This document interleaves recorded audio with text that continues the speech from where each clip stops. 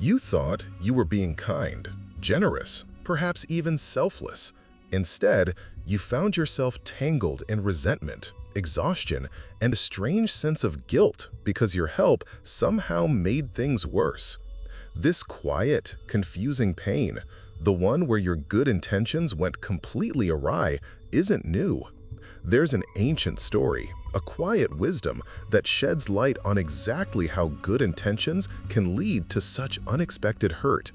It's a story told in hushed tones, from the teachings of an old master to his student about a fisherman and a bird. It comes from a long tradition of understanding suffering, not as something to be ignored, but something to be understood deeply. As you hear this story, I want you to think about a time in your own life when you felt this same sting. A moment where your sincere effort to help someone else ended up creating more problems than it solved. Share that experience, if you feel comfortable, in the comments below. You might be surprised how many of us have walked that same path. Imagine a small village nestled by a wide, slow-moving river. The river was the village's lifeblood, providing fish, transport, and a gentle rhythm to their days. Among the villagers was an old fisherman named Kai. Kai was known not just for his skill with nets, but for his kind heart. He saw the world, its creatures, and its people with a genuine desire to alleviate suffering. One crisp morning, as the sun began to paint the sky in hues of soft orange and pink, Kai was mending his nets by the riverbank. He had laid them out to dry, great lengths of finely woven cord stretching like intricate spider webs across the dewy grass. As he worked, he heard a faint, distressed chirping. He looked up, his gaze sweeping across the riverbank. There, caught in the loose strands of an unused, discarded piece of net near a willow tree, was a small, vibrant bluebird. Its tiny wings fluttered in panic, a frantic dance against the unseen bonds. It tugged and pulled, its small body straining, but the more it struggled, the tighter the netting seemed to become. Kai's heart went out to the creature. He saw its struggle, felt its fear as if it were his own. The bird's predicament was clear, its suffering undeniable. Without a second thought, without pausing to consider, he put down his tools. He rose slowly, his old joints creaking, and walked towards the bird. As he approached, the bird's struggles intensified. It thrashed, its chirps turning into sharp, desperate cries. Kai spoke in a soft, reassuring voice. "Do not fear, little one. I will help you." He reached out a gnarled hand, his fingers gentle. He saw the fine mesh of the net, how it had wrapped around the bird's delicate legs and one wing. It looked like such a simple problem to solve. With painstaking care, Kai began to untangle the strands. He pulled at the knots, trying to be as delicate as possible. But the bird, in its terror, kept moving. It pecked at his fingers, not out of malice, but pure instinctual fear. Its tiny beak was sharp, drawing a small bead of blood on Kai's thumb. He didn't mind. His intention was pure. He just wanted to free it. Finally, after several long minutes of careful work, a few quick snips with his small knife, the bird was free. It didn't pause. With a burst of frantic energy, it launched itself into the air, a flash of blue against the morning light, and disappeared into the trees. Kai watched it go, a sigh of satisfaction escaping his lips. He had helped. He had made a difference. He gathered the cut pieces of net, tidied up the disturbed grass, and returned to his own mending. The sun was higher now, warm on his face. All was well. But later that evening, as the moon began its ascent, Kai walked past the willow tree again. He heard a different sound this time. Not the frantic cries of before, but a soft, whimpering sound filled with a deep sorrow. He stopped, peering into the shadows of the willow. And there, huddled on a low branch, was the bluebird. It wasn't fluttering. It wasn't struggling. It was still.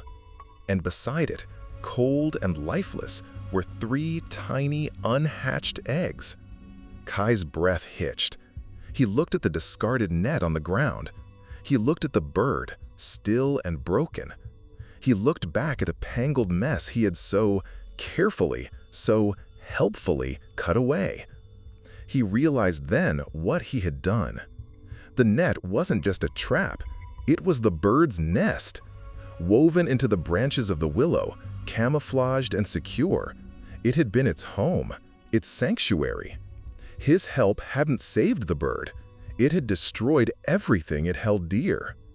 This ancient story speaks to a truth we often miss in our rush to be helpful. What we perceive as a problem, what looks like suffering from our vantage point, might be something entirely different for the one experiencing it. Kai saw a bird trapped. He didn't see a bird nested. He projected his own understanding of trap and freedom onto the situation, without truly understanding the bird's reality. How many times have you done something similar in your own life? You see a friend struggling financially, and you rush in with a loan, only to find it strains your relationship when they can't repay it. Or you see a loved one going through a difficult breakup, and you immediately offer solutions, advice, or even try to set them up with someone new, only for them to feel unheard, pressured, or more isolated. You wanted to help. You saw a problem. But did you truly see their entire situation from their perspective? Did you understand what the net truly was for them? The master would then explain to his student that the urge to help, though born of a beautiful intention called karuna or compassion, can be deeply complicated by our own needs.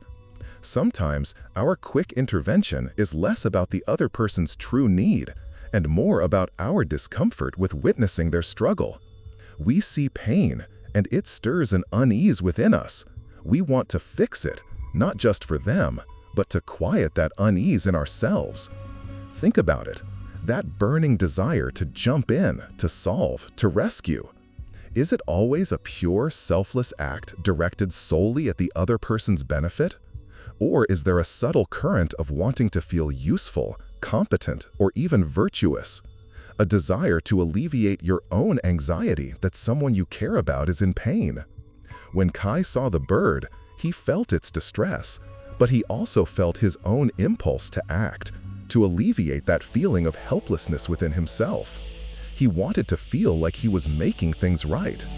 This isn't to say your compassion isn't real. It is. But that compassion, unchecked by wisdom, can become a force that inadvertently strips others of their agency. When you rush in to fix something, you might be denying someone the chance to navigate their own challenge, to discover their own strength, or to learn a crucial lesson. When the bluebird was trapped, it was struggling, but it was also building. It was living its life within the context it had found. Kai's act, though well-meaning, implicitly declared, "Your way of coping is wrong. My way of solving is right." He imposed his solution, and in doing so, removed the bird's ability to adapt, to find a new solution for itself, or even to complete its natural cycle of life.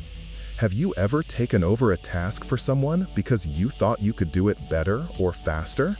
And then, instead of gratitude, you received a quiet resentment, or perhaps they just stopped trying altogether, now expecting you to always step in. This is the consequence of help that disempowers. It says, you are not capable. And that message, no matter how subtly delivered, is corrosive. It takes away the very dignity of struggle and growth. The quiet path, the one that leads to true helpfulness, often begins not with action, but with stillness. It starts with listening, not just with your ears, but with your entire presence. It asks you to observe without judgment. What do you truly need? Or even more profoundly, what do you believe you need?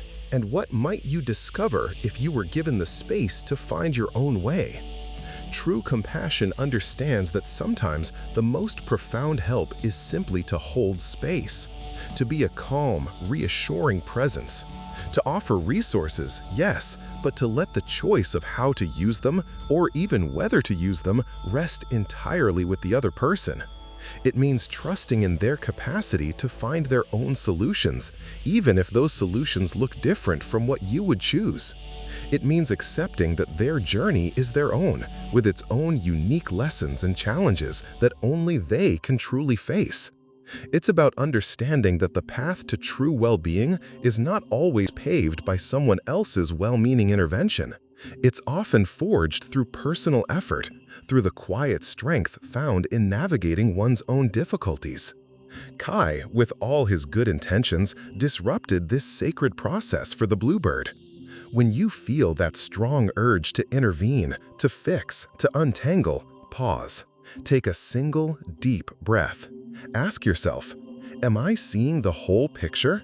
Am I genuinely empowering this person, or am I relieving my own discomfort? Am I offering a hand, or am I taking over their struggle? The lesson from the fisherman and the bird isn't about withholding kindness. It's about refining it. It's about learning the difference between simply seeing a problem and truly understanding its intricate web of context. It's about discerning when your help is a bridge and when it's an obstacle. It's about cultivating a wisdom that allows your beautiful intention of compassion to truly blossom without inadvertently causing harm. It's about offering help that serves their highest good, not just your immediate desire to alleviate discomfort. It's about offering help that serves their highest good, not just your immediate desire to alleviate discomfort. Sometimes, the greatest act of love is simply to bear witness. Be present without imposing solutions. Think of a gardener. They provide soil and water, but don't dig up a sprouting seed to check its progress. They trust its inherent wisdom. The plant grows itself in its own time. When we try to force a bloom, we risk crushing the very thing we wish to nurture. This is the delicate balance, knowing when to offer a steady hand and when to honor the sacred space of another's unfolding. The most profound help you can offer often looks less like intervention and more like supportive presence. What is one situation where you could choose to offer space and trust instead of a solution?